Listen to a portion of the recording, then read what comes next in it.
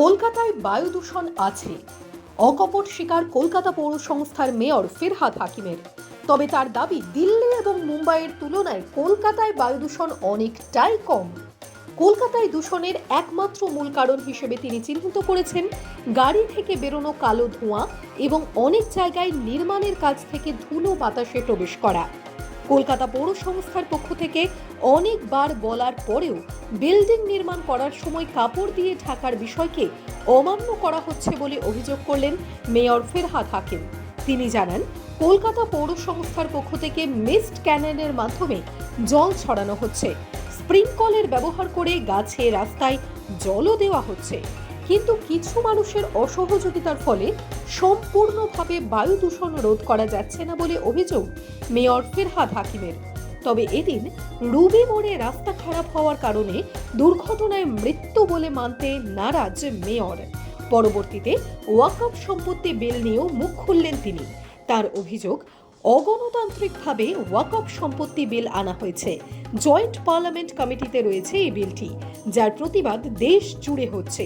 তাই এই বিলের বিরোধিতামূলক কর্মসূচি হিসেবে আগামী 30শে নভেম্বর তৃণমূল কংগ্রেসের সংখ্যালঘু সেলের তরফ থেকে রানী রাসমণি রোডে প্রতিবাদ কর্মসূচির আয়োজন করা হচ্ছে বলে জানালেন ফিরহাদ হাকিম।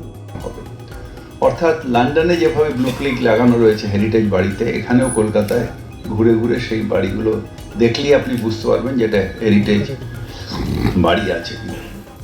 কিন্তু এখনো আমি মনে করি যে গ্রেডেশনের ক্ষেত্রে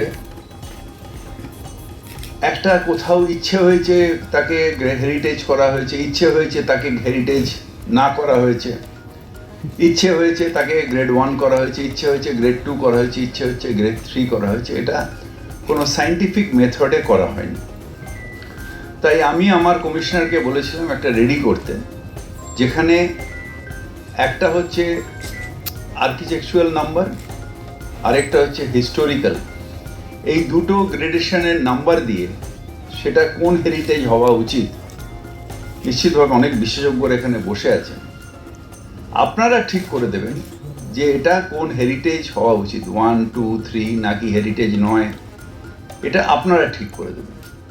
তাহলে আমাদের কলকাতায় অনেক বাড়ি আছে যেটা হেরিটেজ হওয়া উচিত, সেটা যেহেতু ম্যানেজ করে নিয়েছে সেটা হেরিটেজ হয়নি।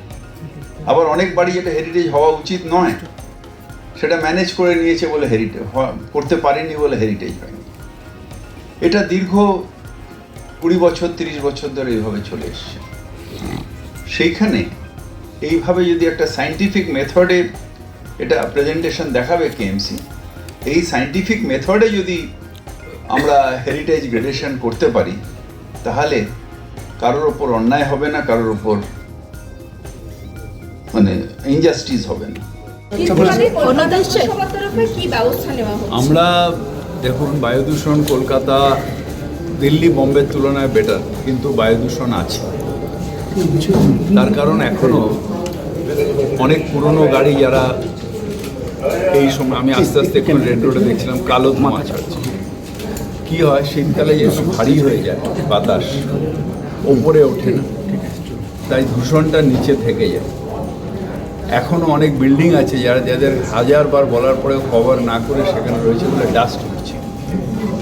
অনেক জায়গায় আছে করে, কিন্তু কলকাতা পৌরসভা প্রাণপণ চেষ্টা করে যাচ্ছে, রোজ স্প্রিংকলার গাড়ি দিচ্ছে, রোজ মিস্ট ক্যানন চালাচ্ছে, রোজ কাজ করে যাচ্ছে, কিন্তু মানুষের সহযোগিতা না পেলে অ্যাটলিস্ট যে গাড়িগুলো কালো ধোঁয়া ছাড়ছে, বিশেষ করে ফসিল ফুয়েলগুলো, এটাকে না বন্ধ করলে দূষণ নিয়ন্ত্রণ করা খুব মুশকিল। কবিতা, আজকে একটা অ্যাক্সিডেন্ট হয়েছে এবং সেখানে যেটা বলা হচ্ছে যে তাপ্পি দেওয়া হয়েছে রাস্তায়, তার জন্য রুবির মোড়ের কাছে। এটা আমার মনে হয় না যে তাপ্পি দিলে স্কিট করে যাবে, এরকম কোনো সায়েন্টিফিক মেথড আমাদের জানা নেই। মানে সেটা কি রাস্তা করেছি, দেখুন রাস্তায় হেভি গাড়ি ধরে আমাদের ইউটিলিটি সার্ভিস আছে, কাটার পরে সেই রাস্তাটায় ওপরে প্যাচওয়ার্কই হয়, তার মানে এই না যে সেটা স্কিট করে যাবে। এটা সারা কলকাতাতে অনেক জায়গায় আছে, এটাতে সায়েন্টিফিক কোনো কনক্লুশন নেই। আচ্ছা, বলছি আজকে অনেকে বলছেন যে কংগ্রেসের মুখ হিসেবে এখন ইন্ডিয়া জোটের মুখ হিসেবে মমতা বন্দ্যোপাধ্যায়কে তুলে ধরা উচিত। আজকে জাতীয় কর্মসমিতির বৈঠক আছে, তার আগে আপনি কি ভাবছেন? এটা নিয়ে আমি পার্টির ভেতরে বলবো। আর 30 তারিখ আপনি কি মিটিংয়ে থাকছেন? এই যে সংখ্যালঘুদের, হ্যাঁ, এটা একটু যদি বলেন।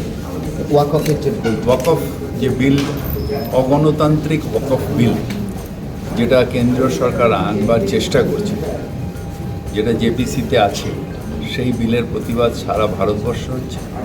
আমরাও বাংলায় করছি, তৃণমূল কংগ্রেসও করছি। তাই আমাদের মাইনরিটি সেল 30 তারিখে তার প্রতিবাদ সভা করবেন রানী রাসমণি রোডে, এবং সেখানে নিশ্চিতভাবে আমরা সবাই থাকব।